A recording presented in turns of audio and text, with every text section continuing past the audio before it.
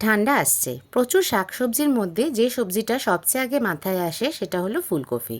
তাই ফুলকপির পরোটা না বানিয়ে আর পারলাম না। খুব সহজেই রেসিপি, সম্পূর্ণ নিরামিষভাবেও করা যায়, আবার আমিষও। আমি ইপসিতা, দ্য হানি কিচেনে আপনাদের অনেক স্বাগত। আজকে আমি বানাবো ফুলকপির পরোটা। এরকম বড় সাইজের একখানা ফুলকপি নিয়েছি, আমি এর হাফটা ইউজ করব। হয় ঘষে নেবেন, নয়তো ফাইনভাবে কুচি করে নেবেন। নুন দিয়ে দেবেন আর খুব ভালো করে হাত দিয়ে কষলে নেবেন প্রায় 1 মিনিট মতন। নুন দিয়ে কিন্তু আলগা হাতে মাখবেন না, এরকম টাইটভাবেই আপনাদেরকে কষলে নিতে হবে। তারপরে 15 মিনিটের জন্য রেস্টে রেখে দেবেন। 1 কাপ মতন ময়দা নিয়েছি, এর সাথে নুন, জোয়ান আর রিফাইন অয়েল দিয়ে মেখে নেব। আপনারা ইচ্ছা করলে আটা বা ময়দা দুটোই মিক্স করে বানাতে পারেন। একটু টাইট করে মাখতে হবে। এটাকেও 15 মিনিটের জন্য রেস্টে রেখে দেব। ফুলকপির পরোটার সাথে রায়তা খেতে খুব ভালো লাগে, তাই একটা রায়তা বানাবো। রায়তার জন্য শসা, ধনেপাতা, লঙ্কা কুচি দিয়ে এর সাথে দই দিয়ে আর বিট নুন দিয়ে মিক্স করে নিতে হবে। 1 কাপ জল দিয়ে রায়তাটাকে পাতলা করে নিলাম। আপনাদের ইচ্ছা হলে এতে আপনারা পেঁয়াজ কুচিও ইউজ করতে পারেন। রায়তাটাকে ফ্রিজে রেখে দেবেন। যখন আপনারা পরোটাটা সার্ভ করবেন তখন এটা ঠান্ডা ঠান্ডা সার্ভ করবেন। 15 মিনিটস পর একটা পাতলা কটনের কাপড় নিয়ে নেবেন। ফুলকপির খানিকটা পাট নিয়ে নিলাম। এখন এরকম করে নিংড়ে নিতে হবে যাতে ফুলকপির এক্সট্রা জলটা বেরিয়ে যায়। যেহেতু আগে থেকে নুন মাখিয়ে রেখেছিলাম, তাই কিন্তু এতটা জল বেরোলো। এই প্রসেসটা ঠিক যখন পরোটা বানাবেন তখনই কিন্তু করতে হবে।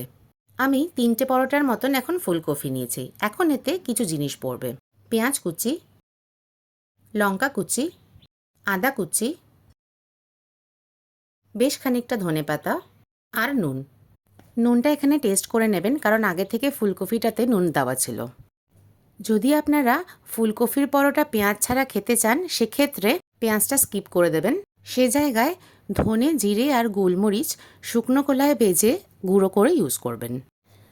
আমার রান্না ভালো লাগলে একটা লাইক, কমেন্ট আর সাবস্ক্রাইব কিন্তু আশা করব। যেমন বাড়িতে রুটি করেন তেমনভাবেই কিন্তু ময়দাটা বেলে নিতে হবে, কিন্তু একটু মোটা করে। আটা বা ময়দা ছড়িয়েই বেলবেন। অনেকেই ভুল করে এখানে তেল দিয়ে বেলার চেষ্টা করে, সেক্ষেত্রে কিন্তু বেলাটা অনেক টাফ হয়ে যায়।